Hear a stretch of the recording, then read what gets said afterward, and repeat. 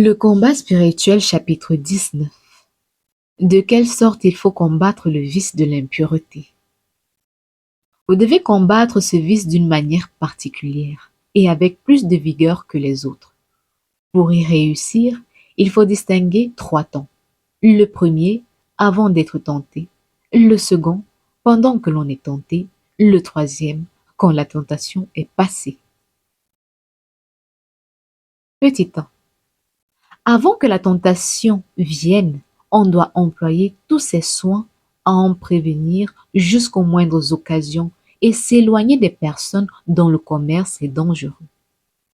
Que si par malheur on est obligé de traiter avec ces personnes, il faut que l'on le fasse le plus vite qu'on pourra, avec un visage modeste, avec des paroles graves et d'un air plutôt sérieux que familier et enjoué. Ne présumez point de vous-même sur ce que, durant plusieurs années que vous avez vécu dans le monde, vous n'avez presque jamais su ce que c'est que l'aiguillon de la chair. Car le démon de l'impureté fait en 1 heure ce qu'il n'a fait en plusieurs années. Il est quelquefois longtemps à préparer ses machines, mais les coups qu'il donne sont d'autant plus rudes. Les plaies qu'il fait sont d'autant plus dangereuses qu'il sait l'art de se contrefaire et de tuer en flattant. Il est même à remarquer, et l'expérience journalière le montre, que le péril n'est jamais plus grand que lorsqu'on fait ou qu'on entretient certaines liaisons où il ne paraît point de mal. Parce qu'elles sont fondées sur des raisons spécieuses ou de parenté, ou de gratitude, ou de quelque autre devoir, ou sur le mérite et la vertu de la personne qu'on aime. L'amour impur se glisse insensiblement dans ses amitiés par des visites fréquentes, par des conversations trop longues, par des familiarités, jusqu'à ce qu'enfin le poison gagne le cœur et la raison s'obscurcisse. De sorte que l'on ne compte pour rien des regards peu modestes, des paroles tendres, des entretiens libres et pleins de railleries, d'où naissent des tentations très rudes et très difficiles à vaincre. Fuyez donc avant toute chose l'occasion du péché, parce que vous êtes comme la paille auprès d'un grand feu. Et ne vous fiez point à votre vertu, ni à la résolution que vous avez prise, de mourir plutôt que d'offenser Dieu. Car, quelque bonne volonté que vous avez, l'amour sensuel qui s'allume dans ces conversations douces et fréquentes s'embrasera tellement que rien ne sera capable de l'éteindre. Le désir violent d'assouvir votre passion vous empêchera d'écouter les remontrances de vos amis. Vous perdrez la crainte de Dieu. Vous mépriserez l'honneur et la vie. Les feux même de l'enfer n'étoufferont pas les flammes impures dont vous brûlez. Cherchez donc votre salut dans la fuite. Autrement vous serez surpris, et la peine d'une confiance présomptueuse sera la mort éternelle. Petit 2. Soyez l'ennemi de l'oisiveté. Pensez à ce qui est de votre devoir et n'oubliez rien pour satisfaire aux obligations de votre état. Petit 3. Obéissez avec joie et sans résistance à vos supérieurs. Exécutez promptement tout ce qu'ils vous commanderont et que les choses les plus humiliantes et les plus contraires à vos inclinations soient toujours celles que vous embrassiez avec plus d'ardeur. Gardez-vous bien de juger témérairement de votre prochain, surtout en matière d'impureté. Ça, c'est le petit 4. Et s'il est tombé par malheur en quelque désordre et que sa chute soit publique, ne le traitez pas pour cela avec mépris. Ne vous fâchez pas contre lui, mais ayez pitié de sa faiblesse et tâchez d'en profiter en vous humiliant devant Dieu, en confessant que vous n'êtes que poussière, que boue et qu'un pur néant, en redoublant vos prières, en fuyant avec plus de soin que jamais tout commerce dangereux, pour peu suspect qu'il puisse être.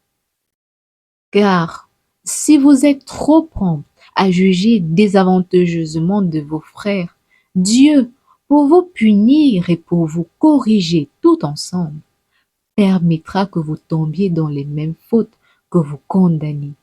Et, par cette humiliation, reconnaissant votre orgueil et votre imprudence, vous chercherez des remèdes à l'un et à l'autre. Mais quand vous pourriez éviter ces chutes honteuses, sachez néanmoins que si vous continuez à former des jugements et des soupçons téméraires, vous serez toujours un grand danger de périr. Petit 5. Si vous vous sentez le cœur rempli de délices et de consolations spirituelles, n'en ayez pas en vous-même de secrète complaisance. Ne vous imaginez pas être arrivé au comble de la perfection, ni que l'ennemi soit hors d'état de vous nuire, parce qu'il vous semble n'avoir plus pour lui que du mépris, de l'aversion et de l'horreur. Tenez pour certain que, sans une extrême circonspection, vous aurez bien de la peine à vous garantir des chutes. Venons maintenant à ce qui regarde le temps de la tentation. Il faut voir d'abord si la cause d'où elle procède est intérieure ou extérieure. Par la cause extérieure, j'entends la curiosité, soit des yeux, soit des oreilles, sur des choses peu honnêtes, la délicatesse et le luxe des habits, les amitiés trop naturelles, les conversations trop libres. On remédie à ce mal par la pudeur et la modestie, qui tiennent les yeux et les oreilles fermés aux objets capables de souiller l'imagination. Mais le souverain remède est la fuite, ainsi que nous l'avons dit. La cause intérieure vient d'un excès de délicatesse dans la manière de vivre ou d'une foule de pensées mauvaises qui sont les effets de nos méchantes habitudes ou de la suggestion du démon. Le corps, accoutumé à la bonne chair et à la mollesse, doit être mortifié par les jeûnes, par les disciplines, par les silices, par les veilles, par toutes sortes d'austérités, sans néanmoins passer les bornes de la discrétion et de l'obéissance. Pour ce qui est des pensées impures de quelque principe qu'elles viennent, on peut s'en défaire. Numéro 1, par une sérieuse application aux exercices propres de son état. Et numéro 2, par l'oraison et la méditation. L'oraison se fera en cette manière. Dès que ces sortes de pensées vous viendront dans l'esprit et que vous commencerez à en sentir l'impression, recueillez-vous en vous-même et, vous adressant à Jésus crucifié, dites-lui: Ô mon doux Jésus, hâtez-vous de venir à mon secours, de crainte que je ne tombe entre les mains de mes ennemis. Quelquefois, embrassant la croix où Jésus est attaché, baisez 1000 fois les plaies sacrées de ses pieds et dites avec confiance et avec amour: Ô plaies adorables, ô plaies infiniment saintes, imprimez votre figure dans mon cœur, dans ce cœur si plein d'abominations, et préservez-moi du péché. Pour ce qui est de la méditation, je ne vous conseille pas, lorsque la tentation vous presse et vous tourmente le plus, de faire ce que quelques livres enseignent pour donner de l'horreur de l'impureté. De considérer, par exemple, que ce vice est très honteux, qu'il est insatiable, qu'il traîne après soi une infinité de dégoûts, de déplaisirs, de chagrins, et quelquefois même la perte des biens, de la santé, de la vie et de l'honneur, etc. La raison est que ces sortes de considérations ne sont pas trop bons moyens pour nous tirer du péril, mais que souvent elles ne font que nous engager davantage. Parce que si d'un côté, l'entendement chasse les pensées mauvaises, il les rappelle de l'autre et met toujours la volonté en danger d'y consentir. Ainsi, la voie la plus sûre pour nous en défaire est d'éloigner de notre pensée non seulement les objets impurs, mais même ceux qui leur sont contraires. Parce qu'en nous efforçant de les dissiper par ceux qui leur sont contraires, nous y pensons malgré nous et en conservant les images. Contentez-vous donc de méditer sur la vie et sur la passion de notre Seigneur.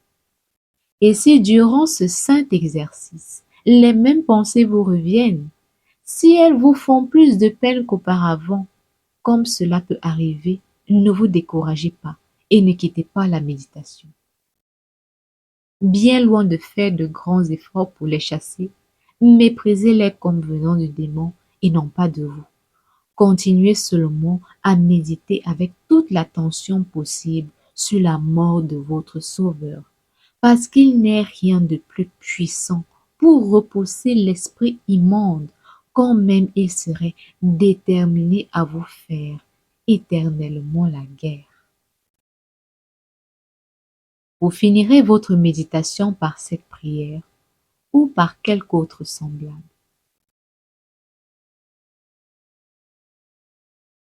Ô mon Créateur et mon Rédempteur, délivrez-moi de mes ennemis par votre infinie bonté et par les mérites de votre sainte passion. Mais souvenez-vous en disant cela, de ne point penser aux vices dont vous essayez de vous défendre, parce que la moindre idée en est dangereuse. Surtout prenez garde à perdre du temps à disputer avec vous-même pour savoir si vous avez consenti ou non à la tentation. Car cette sorte d'examen est une invention de l'ennemi qui, sous prétexte d'un bien apparent, d'une obligation chimérique, veut vous donner de l'inquiétude ou espère du moins vous faire prendre quelque plaisir à ces images impures dont il vous occupe l'esprit.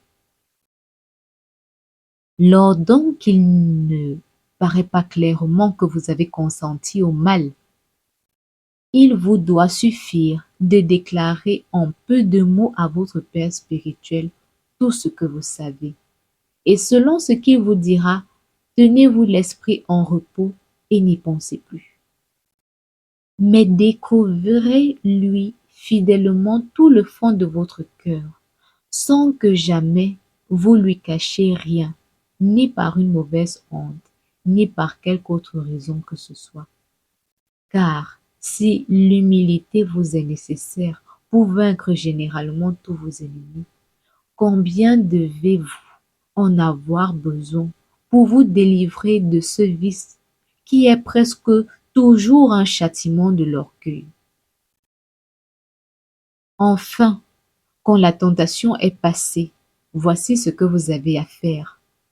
Quoique vous jouissiez d'une grande paix et que vous croyez être en assurance, fuyez néanmoins, tant que vous pourrez, les objets qui ont fait naître la tentation, et ne souffrez point qu'il entre dans votre esprit sous quelque couleur que ce soit, ou de vertu ou d'un bien imaginaire que vous prétendez en tirer, car ces sortes de prétextes sont des artifices de la nature corrompue et des pièges du démon qui contrefait l'ange de lumière pour vous entraîner avec lui dans les ténèbres extérieures qui sont celles de l'enfer.